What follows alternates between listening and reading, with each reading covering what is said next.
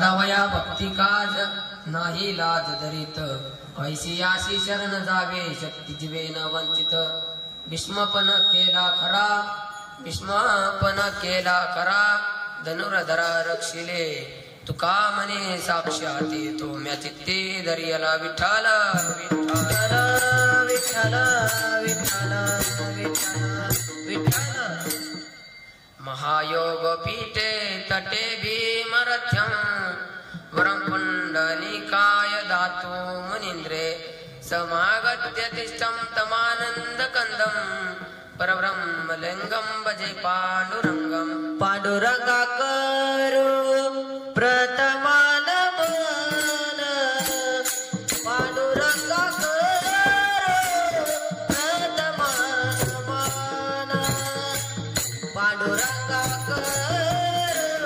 प्रथमानमन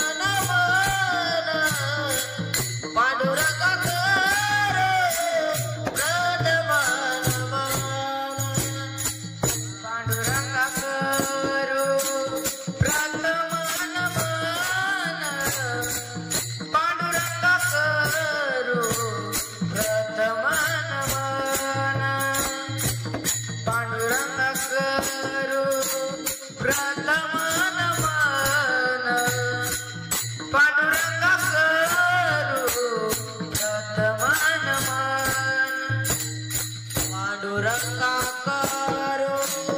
प्रथमानमन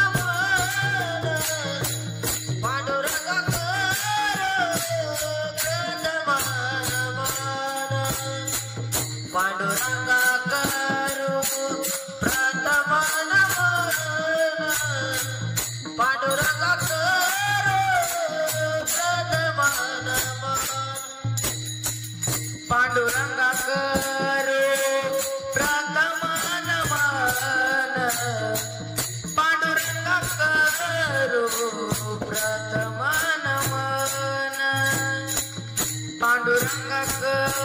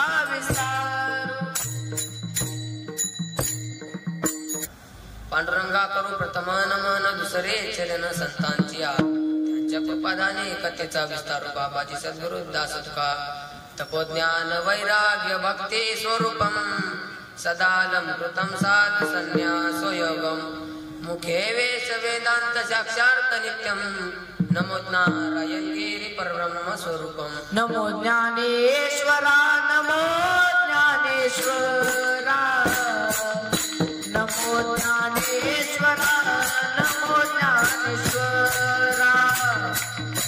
नमो ज्ञानेश्वरा नमो ज्ञानेश्वरा नमो ज्ञानेश्वरा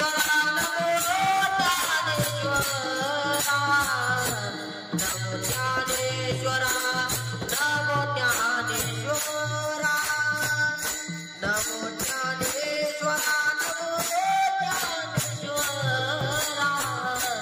नमो ज्ञानेश्वरा नमो ज्ञानेश्वरा निवृत्ती उद्धारा सेवा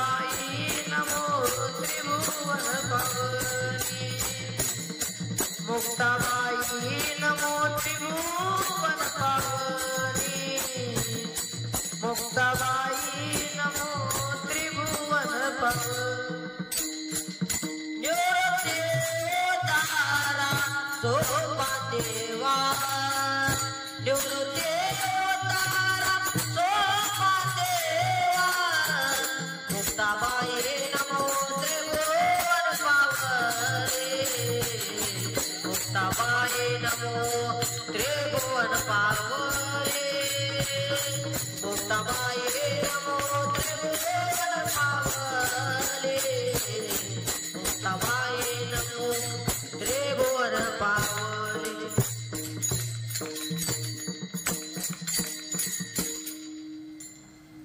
ओम नमो ज्ञानेश्वरा करुणा करा या दयाळा तुमचा अनुग्रह लादलो पावन झालो चराचरी प्रस्तुत प्राप्त प्रसंगी चिंतन रूपे सेवेसाठी घेतलेला अभंग महान भगवत भक्त संत सम्राट भूषण श्री संत जगद्गुरु तुकाराम महाराज यांचा 4 चरणाचा अभंग सेवेसाठी घेतलेला आहे. विठ्ठल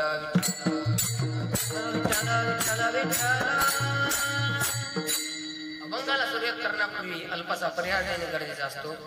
आज आपल्या संस्थेमध्ये चालत असलेला अखंड हरिनाम संस्था नवरात्री निमित्त माझी 3ऱ्या दिवसाची कीर्तन रूपी सेवा हे मी माझे परमभाग्य समजतो. आणि आता ज्याने सुंदर अशी चाल म्हणली ते म्हणजे राम महाराज चिखले आणि त्यांना साथ देणारे आदित्य महाराज थोरवट आणि ज्याने असा पकवाद वाजविला तो म्हणजे समीर महाराज जीर्ण. तुमच्या सर्वांच्या चरणी माझ्या गुरुवारांच्या चरणी नतमस्तक होतो आणि सेवेला सुरुवात करतो. विठ्ठल विठ्ठल विठ्ठल विठ्ठल या अभंगामध्ये जगद्गुरु तुकाराम महाराज म्हणतात, अनंत कोट ब्रह्मांड नायक भगवान पांडुरंग परमात्मा भक्तांच्या कामात लाज धरत नाही. तेच महाराज अभंगाच्या प्रथम चरणात सांगतात, साधावया भक्ती काज नाही लाज धरीत. अभंगाच्या 2ऱ्या चरणात तुकाराम महाराज म्हणतात, भगवान पांडुरंग परमात्मा भक्तांच्या कामात लाज धरत नाही. म्हणून तेच महाराज अभंगाच्या 2ऱ्या चरणात सांगतात, ऐशी अशी शरण जावे शक्ती जीवे न वंचित. भगवान पांडुरंग परमात्मा भक्तांच्या कामात लाज धरत नाही. म्हणून तुकाराम महाराज सांगतात, त्याच परमात्म्याला पांडुरंगाला शरण जा, कारण तो परमात्मा शक्तीचा किंवा त्याच्या जीवाची पर्वा न करता भक्तांचे रक्षण करतो आणि त्यांचे चांगले वाईट जरी काम असले तरी तो लाज धरत नाही. तेच महाराज अभंगात सांगतात, म्हणून या शरण जावे सर्व भावी देवासी. मन महाराज म्हणतात, महाराज तुम्ही म्हणतात शरण जा, परंतु का? तर महाराज म्हणतात, भीष्माची प्रतिज्ञा खरी केली, अर्जुनाचे रक्षण केले आणि आपणाला संसार सागरातून भवनदीतून तारून येतो, कारण संसार नदीतून तारून जाणे फार अवघड आहे. तेच महाराज एका ठिकाणी सांगतात, ब्रह्मदिका पार नवलंगवे सामर्थ्य. महाराज म्हणतात, ब्रह्मदेवाला सुद्धा संसार सिद्ध करून जाण्यास फार अवघड आहे आणि आपणाला संसार सागरातून भवनदीतून तारून येतो, कारण संसार नदीतून तारून जाणे फार अवघड आहे. म्हणून तुकाराम महाराज म्हणतात, त्या भगवंताला शरण जा, कारण तो भगवंत करुणावंत दयावंत आहे, त्याशी शरण जा. म्हणून तुकाराम महाराज म्हणतात, भीष्माची प्रतिज्ञा खरी केली आणि अर्जुनाचे रक्षण केले. म्हणून तुकाराम महाराज म्हणतात शरण जा. परंतु का? तर महाराज म्हणतात, कोणा शरण जा? तर ऐशी अशी कैशी अशी, तर भक्तांच्या ऐशी अशी तर कैशी असते. तर भगवंत भक्तांच्या कामात लाज धरत नाही. भीष्माची प्रतिज्ञा खरी केली, अर्जुनाचे रक्षण केले, संकट निवारण केले. तेच महाराज अभंगाच्या 3ऱ्या चरणात सांगतात, भीष्मपण केला खरा धनुर्धरा रक्षिले. तुकाराम महाराज म्हणतात, जो भगवान पांडुरंग परमात्मा भक्तांच्या कामात लाज धरत नाही, त्या पांडुरंग परमात्म्याला मी माझ्या चित्तात धरलेले आहे. तेच महाराज अभंगाच्या शेवटच्या चरणात सांगतात, तुका म्हणे साक्ष हाती तो म्या चित्ती धरियाला. हा झाला अभंगाचा सरळ सरळ धावता भावार्थ. विठ्ठल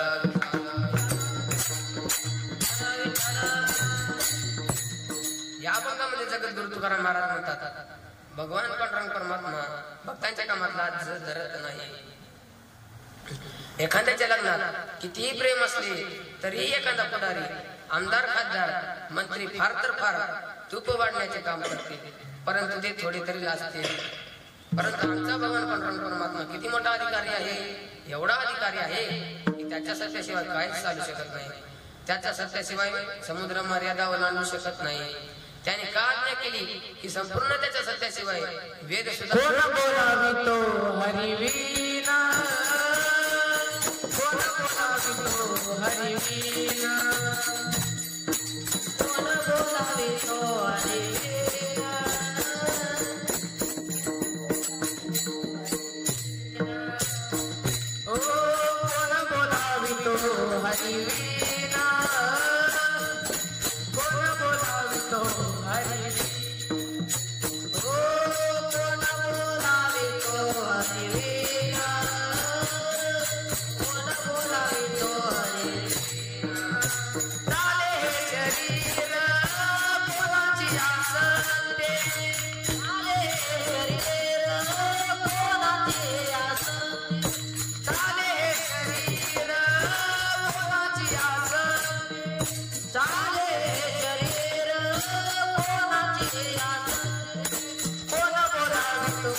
हरिवीणा कोण बोलावितो हरिवीणा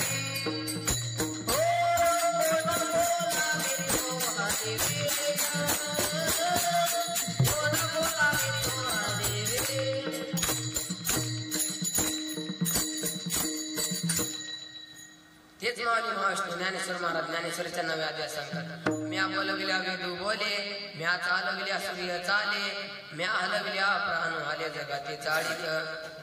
सर्व जग ब्रह्मांड त्यांच्या सत्यामध्ये आहे असा भगवान पांडुरंग परमात्मा तो स्वतः पांडवांच्या यज्ञामध्ये गोष्टीपात्र बाळी काढून उचलण्याचे काम करतात. तेच महाराज एका ठिकाणी सांगतात. भाविकांचे कार्य देव करी काडी धर्मा करी विचिष्टते. भगवान परमात्म्याने भक्ताच्या कामात लाच धरली नाही. पांडवांच्या यज्ञामध्ये गोष्टीपात्र वाळी काढली एवढेच नाही तर अनेक भक्तांचे काम भगवंत करतो महाराज. म्हणून तुकाराम महाराज म्हणतात भगवंताने अर्जुनाची घोडी धुतली आणि करार केला. अर्जुनाची घोडी धुतली अनंते संकटे बहुते निवारली. म्हणून महाराज म्हणतात भगवंताने अर्जुनाची घोडी धुतली आणि सार्थ केले. आणि भक्तांवर कुठल्याही प्रकारे संकट आले असेल तर निवारण करतो महाराज.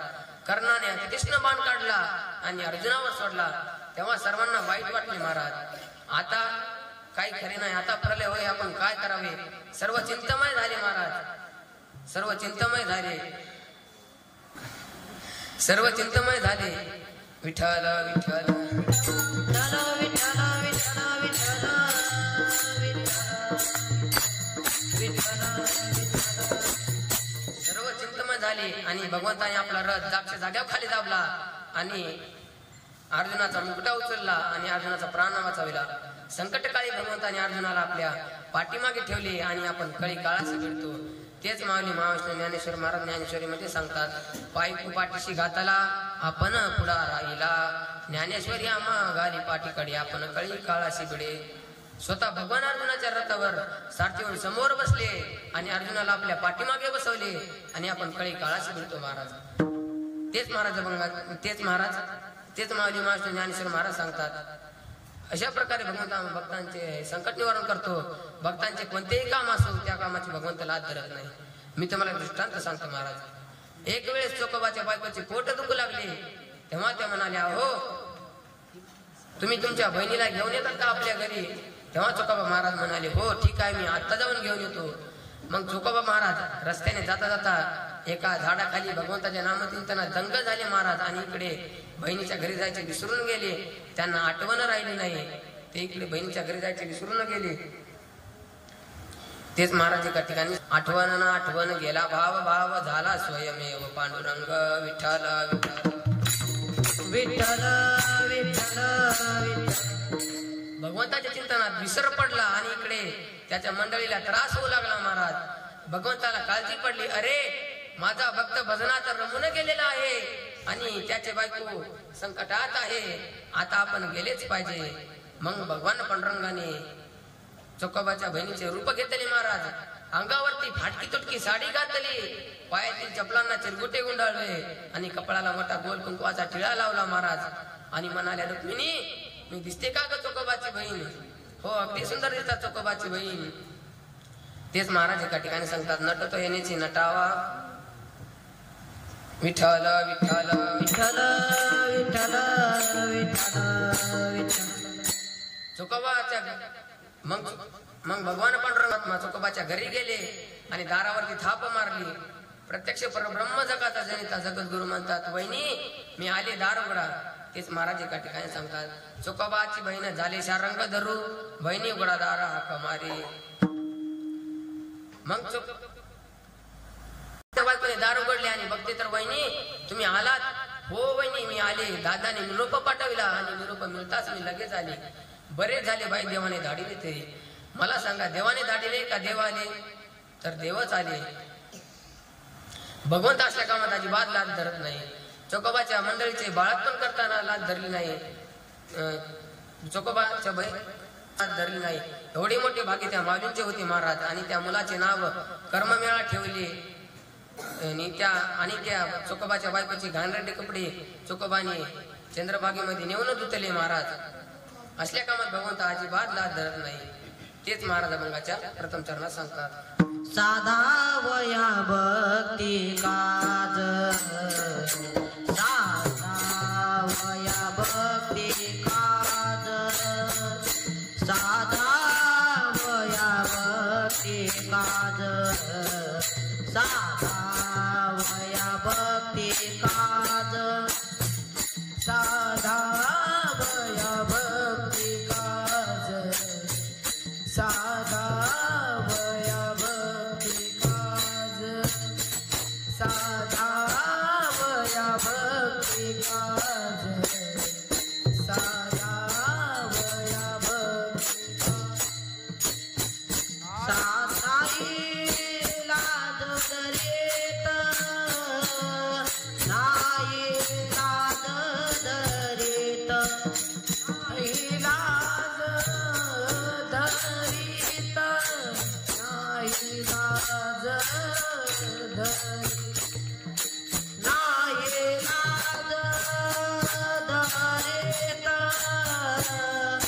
नाही लाज धरित ऐसे याचे शरण जावे ऐसे याचे शरण जावे ऐसे याचे शरण जावे ऐसे याचे शरण जावे नाही लाज धरित नाही लाज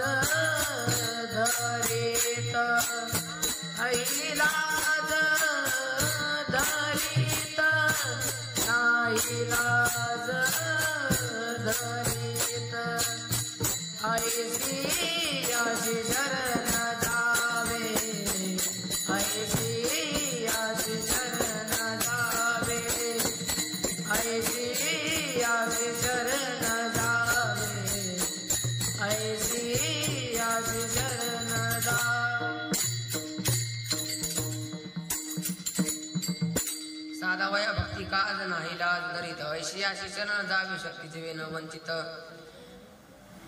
एक वेळेस एका राजाची पोट दुखू लागली तेव्हा त्या राजाने शिपायांना बोलावून घेतले आणि त्यांना आज्ञा केली की वैद्यांना बोलावून आणा. मग शिपायांनी औषधासाठी जिवंत कावळा आणण्यास सांगितला.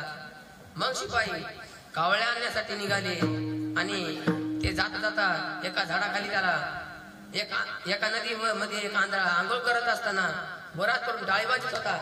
त्याच्या डाळीमध्ये अचानक एक कावळा सापडला. ते त्या शिपायांनी पाहिले महाराज. तेव्हा ते शिपाई त्या आंधळ्याजवळ आले आणि म्हणाले, हे आंधळ्या, तुझा कावळा आम्हाला देतो का? तो आंधळ्या म्हणाला, नाही, माझा कावळा का तुम्हाला फुकट वाटला का? तेव्हा ते शिपाई म्हणाले, तुझा कावळा आम्हाला 500 रुपयांना देतो का? तेव्हा त्या आंधळ्याने विचार केला, आपण दिवसभर जरी मंदिरात असलो तरी साधेपणे आपल्याला 5 रुपये देत नाही. तेव्हा तो आंधळा म्हणाला, नाही जमणार. मग शिपाई म्हणाले, तुझा कावळा आम्हाला 5000 रुपयांना देतो का? तेव्हा तो म्हणाला, नाही जमणार. मग शिपाई म्हणाले, तुझा कावळा आम्हाला 5 लाख रुपयांना देतो का? त्या आंधळ्याने विचार केला, 5 रुपयापासून 500 रुपये, 500 रुपयापासून 5000 रुपये, मग कावळा द्यायला 5000 पासून 5 लाख रुपये, मग कावळा द्यायला काही हरकत नाही. त्या आंधळ्याने हात पुढे केले महाराज. त्याच्या हातून कावळा उडून गेला. तेव्हा शिपाई म्हणाले, हे आंधळ्या, तुझा कावळा तर आम्हाला मिळाला नाही. तेव्हा तो म्हणाला, थांबा, तुम्ही 5 मिनिटं थांबा, मी तुम्हाला 5 मिनिटात कावळा आणून देतो. तुम्ही मला सांगा, या आंधळा 8 दिवस जरी टाळी वाजत बसला तरी याच्या बापाला कावळा सापडेल का?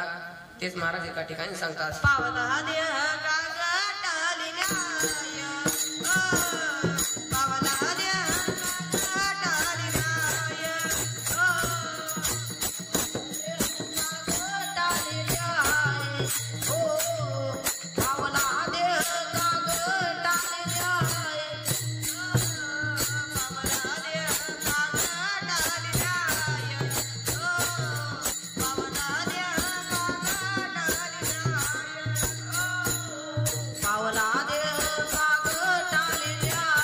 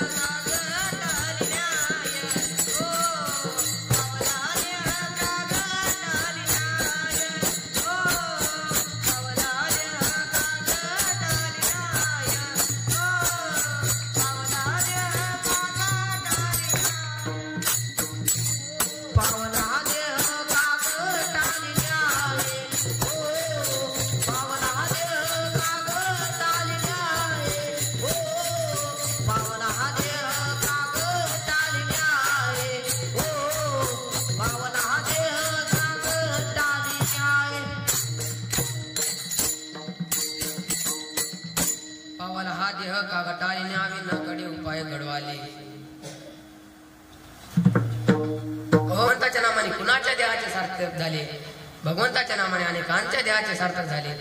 मग लोक म्हणाले, हो जनाबाई महाराज, आमच्या देहाचे सार्थक होईल का? मग लोक म्हणाले, भगवंताच्या विठ्ठलाच्या नामाने पशु पक्ष्यांच्या देखील देहाचे सार्थक झाले, मग तुमच्या देहाचे सार्थक का होणार नाही? तुम्ही फक्त त्या पांडुरंगाचे नामचिंतन करा. परंतु लोकांची भक्ती बदलते महाराज. सोमवाराला की शिव भोळा चक्रवर्ती त्याचे पाय माझे तित्ती. सोमवाराला की शंकराची भक्ती करतात आणि मंगळवाराला की देवीची भक्ती करतात. अनादि निर्गुण प्रगटली भवानी, महिषासुर मर्दना लागुनी. त्रिविध तापाची करावया जाडीने भक्त लागुनी, तू पावस निर्वाणी. आईचा जोगवा मागेल. मंगळवाराला की देवीची भक्ती करतात आणि बुधवाराला की दत्ताची भक्ती करतात. बोलावा विठ्ठल, पहावा विठ्ठल, करावा विठ्ठल जीव भावे. बुधवाराला की दत्ताची भक्ती करतात आणि गुरुवाराला की तीन शिरेचा हात तया माझे दंडवत. गुरुवाराला की पांडुरंगाची भक्ती करतात आणि शुक्रवाराला की देवीची भक्ती करतात. सुदिने श्रेळ तुझ्या मांडी गोंधळा, पंचप्राण दिवसे दोन्ही नेत्राचा हिलोळ. शनिवाराला की हनुमंताची भक्ती करतात. शरण शरण हनुमंता, तुम्हा आलो रामादूता. रविवाराला की सोमवाराचे खंडोबाची भक्ती करतात. अहमवाग्या सोहमवाग्या प्रेम नगरावरी, अहमवाग्या सोहमवाग्या प्रेम नगरावरी. सावध होणे बसली लागा देव राखे वाणी, सावध होणे बसली लागा देव राखे वाणी. अहमवाग्या सोहमवाग्या प्रेम नगरावरी, अहमवाग्या सोहमवाग्या प्रेम नगरावरी. सावधोनी बसली लागा देव करा कैवारी, सावधोनी बसली लागा देव करा कैवारी.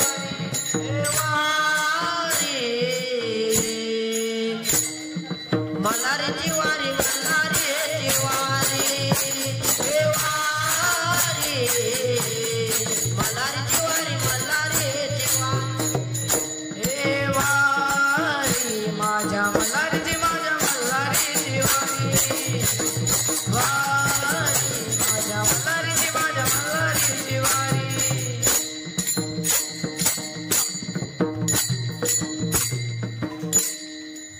म्हणून तुकाराम महाराज म्हणतात शरण जा. परंतु महाराज तुम्ही म्हणता शरण जा, परंतु कोणाशी शरण जा, कोणत्या देवाला शरण जायचे तेच महाराज एका ठिकाणी सांगतात. दोहा देवाचा देव बळिया माझा पंढरराव. महाराज दारू पिदाडे लय हुशार असतात. 4 जण रात्री 2 वाजता फुल पेले होते आणि ते म्हणाले आपल्याला पार्टी करायची. तेवढा एक जण म्हणला, कायच मग कालच माझ्या बायकोनं माहेरावून गबूच्या गबू बोकडा आणले, चला आपण तिची पार्टी करू. ते आले महाराज, ज्याचं घर होतं ते काय म्हणते, तुम्ही बाहेर थांबा, कारण घरामध्ये काळ कुत्रा आहे. त्या कुत्र्याने जर तुम्हाला पाहिजे तर ते कुत्रा आपल्याला भुकन. कुत्रा भुकलं की मग बाय करते, मग आपल्याला काय बोकडं चोरता येणार नाही. ते मला ठीक आहे तू जा. ते गेला महाराज, इकडं पार्टी केली, आणलं बोकड खाल्लंय आणि सकाळी घरी आला. बायकोला म्हणलं, अगं हे बोकडं तर इथं दारात दिसायले. त्याची बायको म्हणाली, अहो तुम्ही रात्री 2 वाजता आपलं काळ कुत्र घेऊन कुठं गेले होते? विठ्ठल विठ्ठल विठ्ठल विठ्ठल विठ्ठल. महाराज एक इंग्रजी बाई असते आणि एक मराठी बाई असते. मराठी बाई भांडे घासत असती आणि इंग्रजी बाई तिला म्हणते वाटीची वर्णन. मराठी बाई वाटी घेते आणि त्याच्या वटा फेकून आणती, मग हे बघ मग वाटीचा नाम.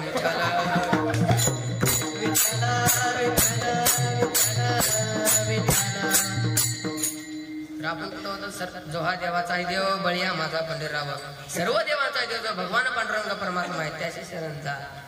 जो भगवान पांडुरंग परमात्मा भक्तांच्या कामात लाच धरत नाही त्याशी शरण जा. तर ऐशी अशी कैशी अशी भक्तांच्या कामात लाच धरत नाही. भगवंताने चोकोबाच्या मंडळीचे बाळातपण करताना लाच धरले नाही. चोकोबाच्या मंडळीचे बाळातपण करताना लाच धरले नाही. अर्जुनाची बायको होण्यास लाच धरली नाही. अर्जुनाच्या घोडीचे रथ सारथे करताना अर्जुनाची घोडी धुण्यास लाच धरली नाही. अर्जुनाच्या रथाचे सारथे करताना लाच धरली नाही.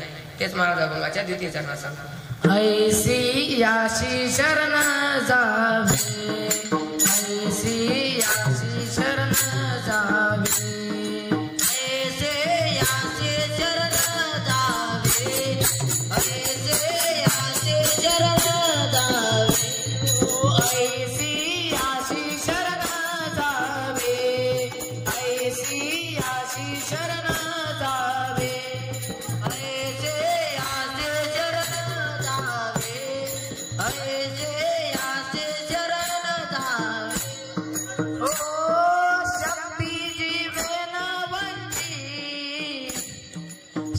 शक्ती जीवेन वंची शक्ती जीवेन वंची शक्ती जीवेन वंची ओ ऐसी आशी शरण जावे ऐसी आशी शरण जावे आशी शरण जावे ऐसे आशी शरण जावे ऐशी अशी शरण जावे शक्ती जीवे न वंचित. जो भगवान पांडुरंग परमात्मा स्वतःच्या शक्तीचा किंवा त्याच्या जीवाची पर्वा न करता भक्तांचे रक्षण करतो आणि भक्तांचे शब्दकार्य करतो. एक वेळेस दुर्योधनाने भगवंताकडे युद्धाच्या मदतीसाठी द्वारकेला गेले महाराज. तर भगवान श्रीकृष्ण परमात्मा झोपलेले पाहिले. मग दुर्योधन भगवंताच्या उशापाशी जाऊन बसला आणि काही वेळातच अर्जुन आला आणि भगवान श्रीकृष्ण परमात्मा झोपलेले पाहून त्यांच्या पायाजवळ जाऊन बसला आणि थोड्या वेळामध्ये भगवान श्रीकृष्ण परमात्मा उठले महाराज आणि म्हणाले, अर्जुना तुला काय पाहिजे बोल.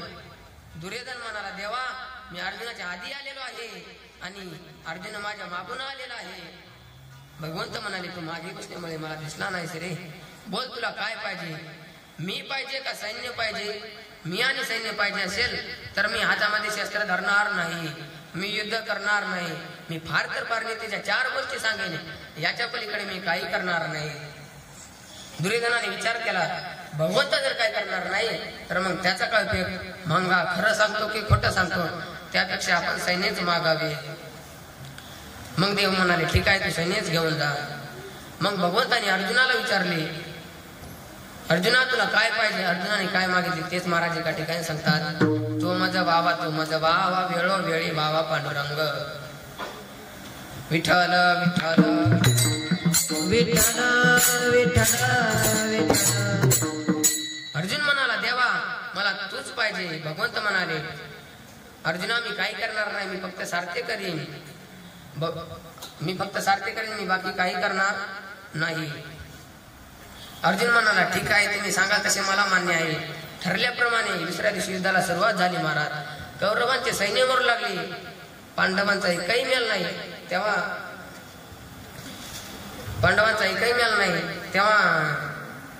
म्हणाला, दुर्योधनाला राग, भीष्माचार्यांना राग आला आणि विठ्ठल विठ्ठल विठ्ठल विठ्ठल.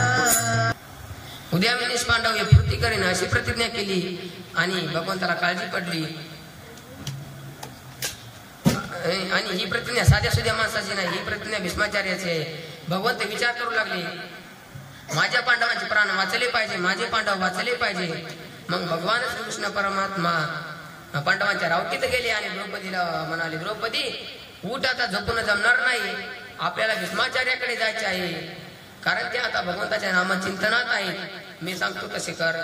तुझ्या पायाचे चपला माझ्याकडे दे आणि आतमध्ये जा आणि त्या संतांचे दर्शन घे. आणि त्यांनी जर विचारले की एवढ्या रात्री एकटी कशी काय आलीस तर असे सांग की मी एकटी नाही, माझ्या बरोबर माझा जोडी राखा उज्या नावाचा नौकर आलेला आहे असे सांग. आणि दुसरी म्हणजे मुद्दाची गोष्ट, ते भीष्माचार्य जर ध्यानस्थ असतील ना तर हातातील बांगडीचा आवाज कर. कारण जगामध्ये 3 आवाज जिवंत आहेत महाराज. बांगडी वाजली की माणसाला लगेच जाग येते आणि 1 रुपयाचा ठोकळा खाली पडला की लगेच माणसाला जाग येते महाराज. आणि तिसरी कबशी म्हणजे कबशी वाजली की माणूस लगेच झोपेत उठतो. विठ्ठल विठ्ठल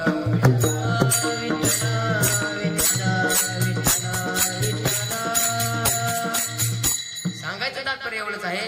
भगवंताने द्रौपदीला सांगितले, भीष्माचे दर्शन घेताना बांगडीचा आवाज कर. भगवान परमात्म्याने सांगितल्याप्रमाणे द्रौपदी आत गेली आणि भगवंत द्रौपदीच्या चपला घेऊन काय करत होते तेच महाराज एका ठिकाणी सांगतात. संतांच्या पादुका घेईन मोचे खांदी, हाती टाळ दिंडी नाचीन पुढे. आणि इकडे द्रौपदी आत गेली तर भगवान श्रीकृष्ण परमात्मा विठ्ठल. मग भगवान पंढरीनाथांनी सांगितले, त्या भीष्माचे दर्शन घेताना बांगडीचा आवाज केला. बांगडीचा आवाज केला म्हणून आशीर्वाद दिला, अष्टपुत्र सौभाग्यवती भव. तेव्हा द्रौपदी म्हणाली, पितामहा हा आशीर्वाद या जन्माचा आहे का पुढच्या जन्माचा आहे. या जन्माचा आहे का पुढच्या जन्माचा आहे. तेव्हा भीष्म म्हणाले, अरे कोण तू द्रौपदी होय? पितामहा मी द्रौपदी आहे. अरे बाळा, तू एवढ्या रात्री एकटी कशी काय आलीस? मी एकटी नाही, माझ्या बरोबर माझा जोडी राख्या उजा नावाचा नौकर आलेला आहे. मग भीष्माचार्य म्हणाले, द्रौपदी तुझ्या बरोबर तुझा जोडी राख्या उजा नावाचा नौकर आलेला आहे ना? होय महाराज, चल मला दाखव. मग द्रौपदी पुढे आणि भीष्माचार्य मागे. बाहेर येऊन पाहतात तर अनंत कोट ब्रह्मांड नायक प्रत्यक्ष परब्रह्म जगाचा जनिता म्हणतात. वसुदेव सुतम देवम कैसचानुवर्धनम देवकी परमानंदनम कृष्ण वंदे जगत गुरु.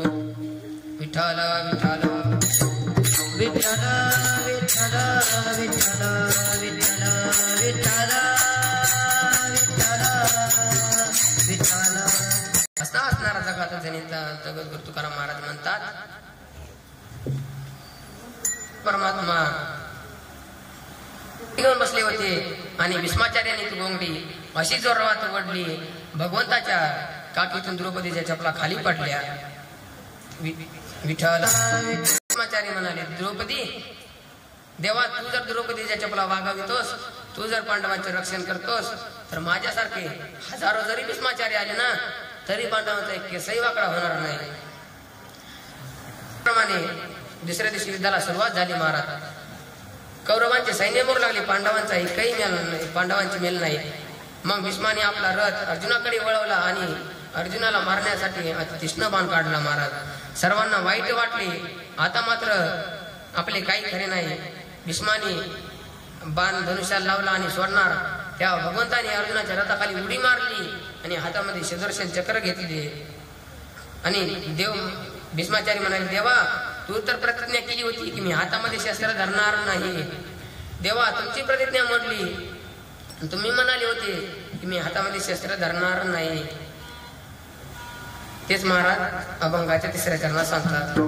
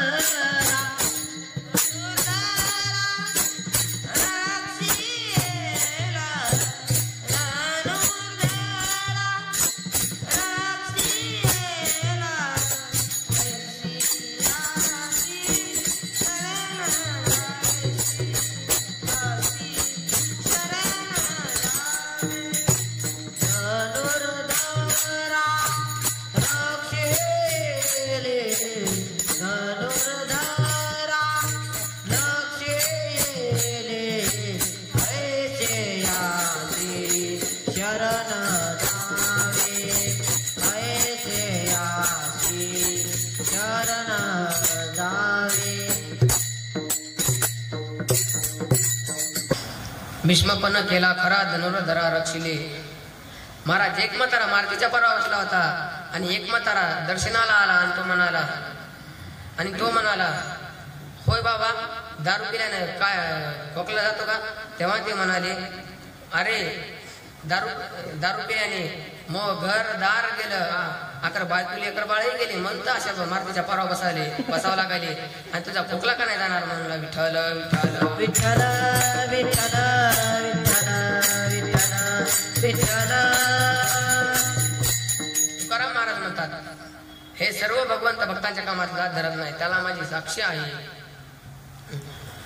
असा भगवंत भक्त कैवारी आहे, भक्तांचे संकट दूर करतो आणि त्याला मी माझ्या चित्तात धरलेले आहे. तेच महाराज अभंगाच्या शेवटच्या चरणात सांगतात. तुका म्हणे साक्ष हाते, तुका म्हणे साक्ष हाते, तुका म्हणे साक्ष हाते, तुका म्हणे साक्ष हाते,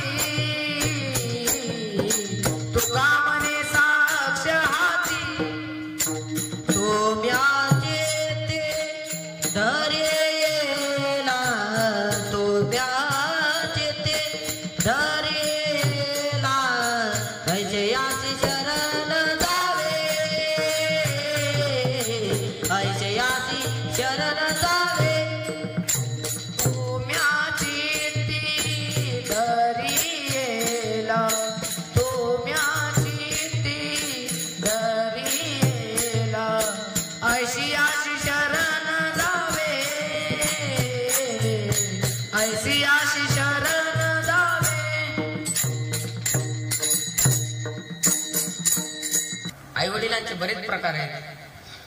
आई वडील वाईट, मुले वाईट. आई वडील चांगली, मुले वाईट. आई वडील वाईट आणि मुले वाईट. जर एखाद्याचे आई वडील चोरटे नालायक असतील तर त्यांच्या कुटीमध्ये जन्माला चांगले येणार का हो?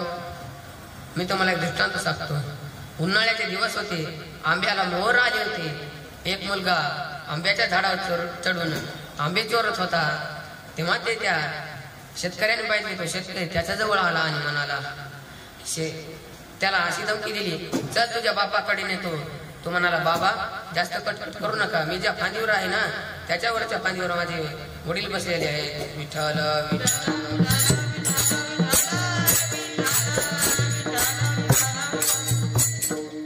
महाराज, एका शेतकऱ्याला 2 मुलं होती. गरिबीची परिस्थिती असल्यामुळे तो आपल्या 12 वर्षाच्या मुला सांगतो, जा रे नाम्या, सावकार काकाकडून 100 रुपये घेऊन ये. आणि तिच्या जा रे सावकार काकाकडून 100 रुपये घेऊन ये. तो गेला महाराज आणि सावकार काकाला दारातूनच आवाज दिला, अहो सावकार काका, सावकार काका. सावकार काका बाहेर येऊन पाहतात तर सावकार काकाकडे बघून नाम्या जोर जोरात हसायला लागतो महाराज. तेव्हा सावकार काका म्हणाले, खास तोच रे नाम्या. तेव्हा तो नाम्या म्हणाला, सावकार काका तुम्ही इतके जाडात, तुम्ही जर मेले तर तुम्हाला चौकटीच्या बाहेर कसे काढायचे? सावकार काकाला खूप राग आला महाराज. सावकार काका त्याच्याही 2 कानाखाली ठेवले आणि त्याला आतल्या खोलीत पडून ठेवले. त्या मुलाच्या बापाने विचार केला, 1 तास झाले, 2 तास झाले, तरी हे कार्ट अजून आलं कसं नाही? म्हणून तो आपल्या 14 वर्षाच्या मुलाला सांगतो, जा रे चिम्या, सावकार काकाकडे 100 रुपये घेऊन ये आणि तुझ्या लहान भावाला पण बोलावून आण. आता हे कार्ट तर लयच विचित्र होतं महाराज. तो आला आणि सावकार काकाकडे बघून जोर जोरात हसायला लागला. सावकार काका म्हणाले, खास तोच रे चिम्या. तेव्हा तो म्हणाला, ते मी नंतर सांगतो, तुम्ही आधी हे सांगा, माझा लहान भाऊ तुमच्याकडे 100 रुपये आला होता, तो कुठे आहे? सावकार काका म्हणतोय, ठेवल्या आतल्या खोलीत कोंडून. का? तर ते म्हणतो की तुम्ही मेले तर तुम्हाला दरवाजाच्या चौकटीच्या बाहेर काढायचे कसे? मग तो चिम्या म्हणाला, तुमचे सोपे आहे, तुमचे बारीक बारीक तुकडे करायचे आणि तुम्हाला चौकटीच्या बाहेर काढायचे. सावकार काकाला खूप राग आला महाराज. सावकार काकाने त्याच्याही 2 कानाखाली टाकल्या आणि त्यालाही आपल्या चपकन टाकल्या आणि त्यालाही आपल्या हातल्या खोलीत तोडून ठेवली. त्या मुलाच्या बापाने विचार केला, 1 तास झाले, 2 तास झाले, 3 तास झाले, तरी दोघेही कार्टे आले कस काय नाही? तेव्हा तो शेतकरी स्वतः आला महाराज आणि तोही सावकार काकाकडे बघून जोरदारात हसायला लागला. सावकार काका म्हणाले, का असता तो शेतकरी? तेव्हा तो म्हणाला, ते मी नंतर सांगतो, आधी मला हे सांगा, माझे 2 मुलं तुमच्याकडे 100 रुपये मागा आले होते, ते कुठे आहेत? सावकार काका म्हणते, ठेवल्या आतल्या खोलीत कोंडून.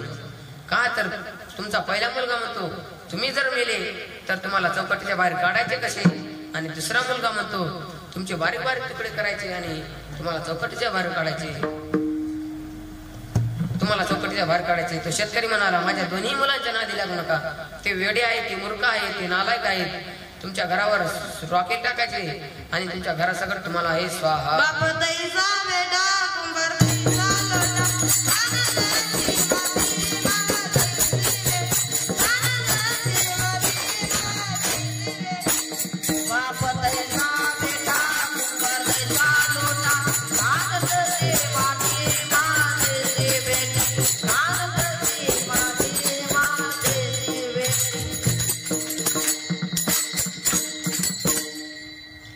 महाराज, आई वडील चांगली, मुले वाईट. एक वारकरी बाबा रोज सकाळी उठल्यावर स्नान वैराग्य झाल्यावर देवपूजा करायचा आणि त्यांचा मुलगा रोज सकाळी उठल्यावर विट्टूदांडू खेळायचा महाराज. त्या वारकरी बाबाने एक दिवशी त्याला पाहिजे, त्याच्या हाताला लाडू घेऊन त्याला जोड पिले आणि त्याला आपल्या देवघराच्या शेजारच्या खोलीत कोण आणून ठेवले. आणि वारकरी बाबाने आपली देवपूजा सुरू केली. देहाची ती जोडी भक्तीचाच ठेवा, उघडदार देवा आता उघडदार देवा. आता त्या वारकरी बाबाचे नाव बंडू होते. त्यांचे ऐकून त्या मुलाने आपले भजन सुरू केले. लाकडाची विटी, लाकडाचा दांडू, उघडदार बंडू आता उघडदार बंडू. आता या कार्टेला काय करावे? आता वारकरी बाबांनी त्याचे लग्न करून टाकले. एक दिवशी वारकरी बाबाला पंढरपूरला जायचे होते महाराज. तेव्हा वारकरी बाबा म्हणाले, भावड्या मला आता वारीला जायचे आहे, आता मग नित्यनेम आहे, आता आठवडाभर देवपूजा तू कर. तेव्हा तो म्हणाला, हो बाबा तुम्ही निवांतपणे जा, मी नित्यनेमाने देवपूजा करेन, मी काही चिंता करू नका. तो वारकरी बाबा गेले महाराज आणि दुसरा दिवस उगवला. त्या भावड्याच्या आईने त्याला उठवले, म्हणाले, भावड्या उठ, आता झोपून जमणार नाही, आता तुला आठवडाभर देवपूजा करायची आहे.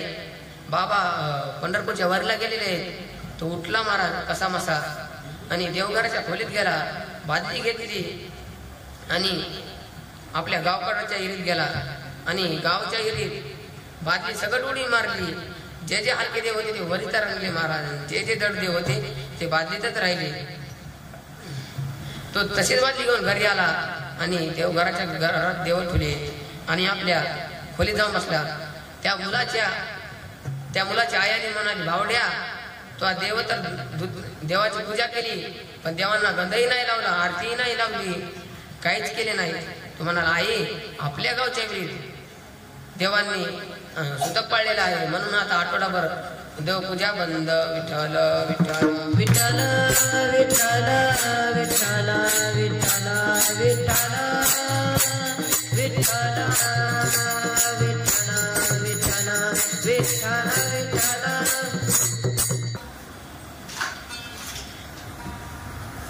एका खेडेगावात एक श्रीमंत माणूस राहत होता.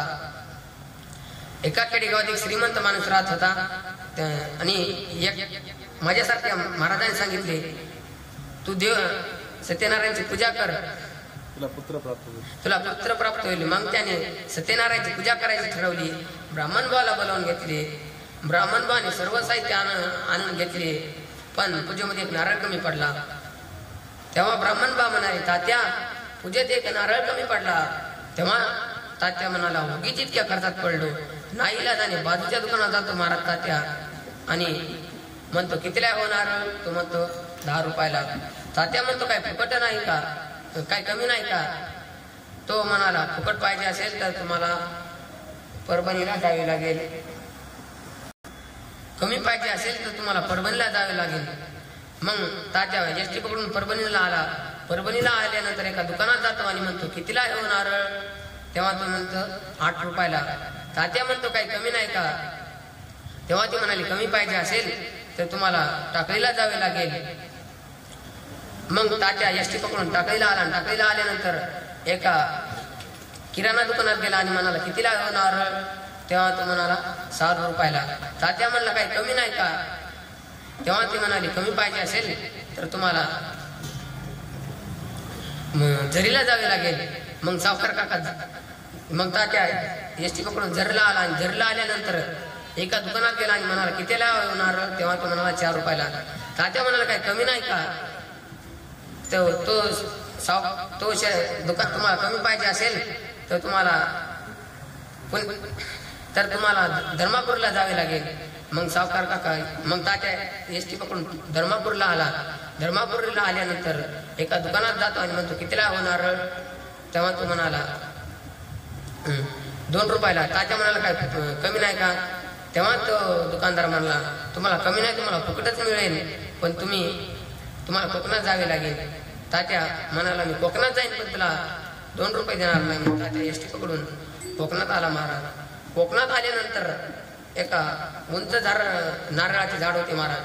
आता तर त्याला फुकटच पाहिजे होते. तो वरी चढला महाराज आणि एका नारळाला धरण्याचा प्रयत्न केला होता. तसाच एका नारळाला लोमकला. आता इथं बसलेले लोक म्हणतील, महाराज नारळ लोमकल्या काय, नारळ तुटणार नाही का? तर असं आहे की माझ्या कृष्णाचं नारळ कधीच तुटत नाही. विठ्ठल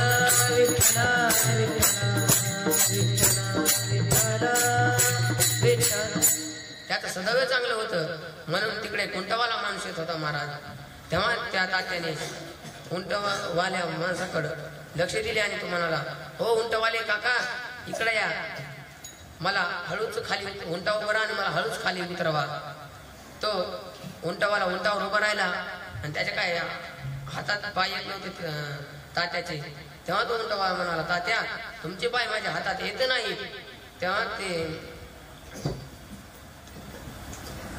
तेव्हा तुम्ही अशी जोरात उडी मारा की माझे पाय तुमच्या हातात आले पाहिजे. मग उंटवाला अशी उडी मारतो तर दोघेही त्या नारळाला लोमकतात. आता ते उंट काय गाडी का ब्रेक दाबली, थांबलं, ब्रेक निघाली की पुढे निघाली, ती त्याचा निघून गेला महाराज. तो त्याचा निघून गेला आणि दोघे इकडे लोंबकले. तेव्हा उंटवाला म्हणाला, तात्या तुम्ही हात सोडू नका, तात्या तुम्ही हात सोडू नका, मी तुम्हाला 5,000 रुपये देतो, मी तुम्हाला 5,000 रुपये देतो. मग 5,000 रुपये ठेवला, पेटी केवढी लागेल? तात्या असे हात करतो महाराज, तर त्याच्या हातात ते दोघे एका विहिरीच्या फांदीवर अडकतात आणि त्या विहिरीवर एक रोज पाणी वाघ पाणी प्यायला होता महाराज. आणि त्या विहिरीमध्ये एक आगेमत बसलेले होते आणि खाली नागोबा होते महाराज. तो म्हणतो, वरी गेलो तो वाघोबा, मध्ये अडकलो होता आगोबा, आणि खाली गेलो तो नागोबा. विठ्ठल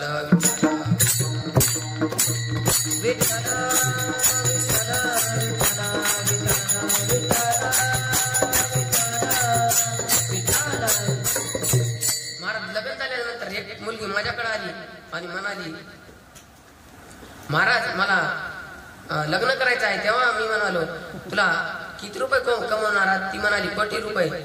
मी म्हणालो, नाही जर मिळाला तर ती म्हणाली 50-50 हजाराचे 2 करीन, पण कोटीचीच बरोबर करेन.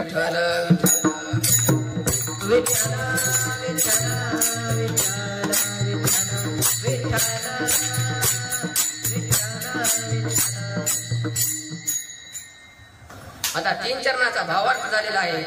सर्वांनी हात वर करा आणि आपल्या वारकरी संप्रदाय प्रमाणे विठोबा रुक्माईचे भजन करू. विठोबा रखुमाई, विठोबा रखुमाई, विठोबा रखुमाई, विठोबा रखुमाई, विठोबा रखुमाई, विठोबा रखुमाई, विठोबा रखुमाई, विठोबा रखुमाई, विठोबा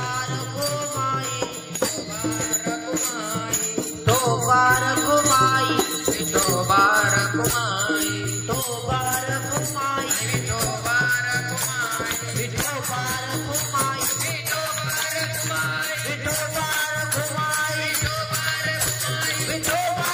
रखुमाई, विठोबा रखुमाई, विठोबा रखुमाई, विठोबा रखुमाई,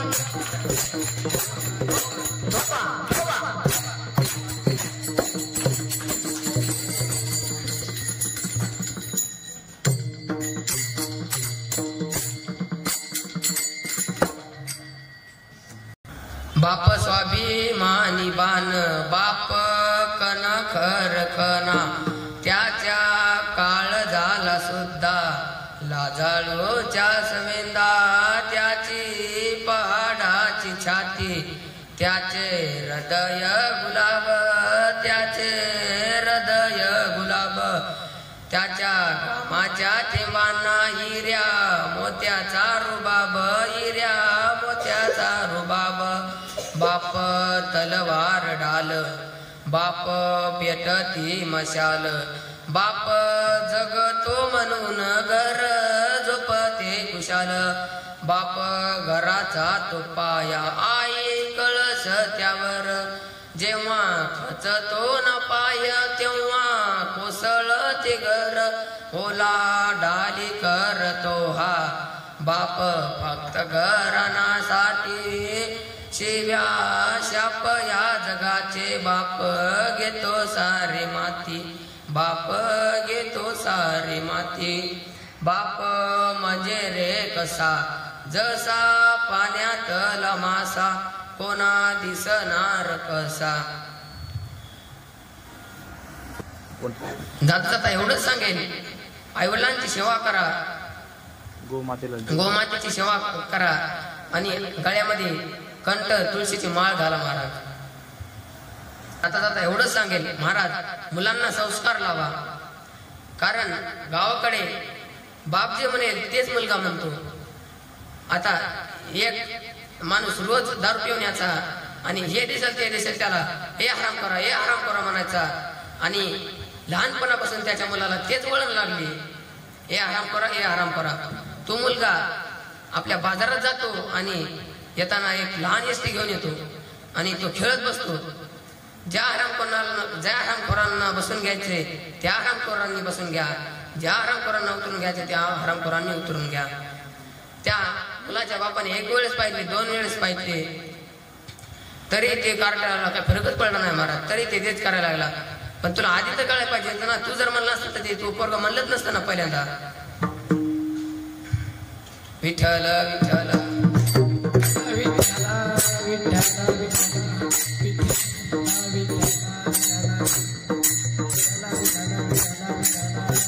सेवा माऊलींच्या चरणी, आई वडिलांच्या चरणी, गुरुवाऱ्यांच्या चरणी समर्पित करतो आणि सेवेला पूर्ण विराम देतो. ज्ञानेश्वर माऊली.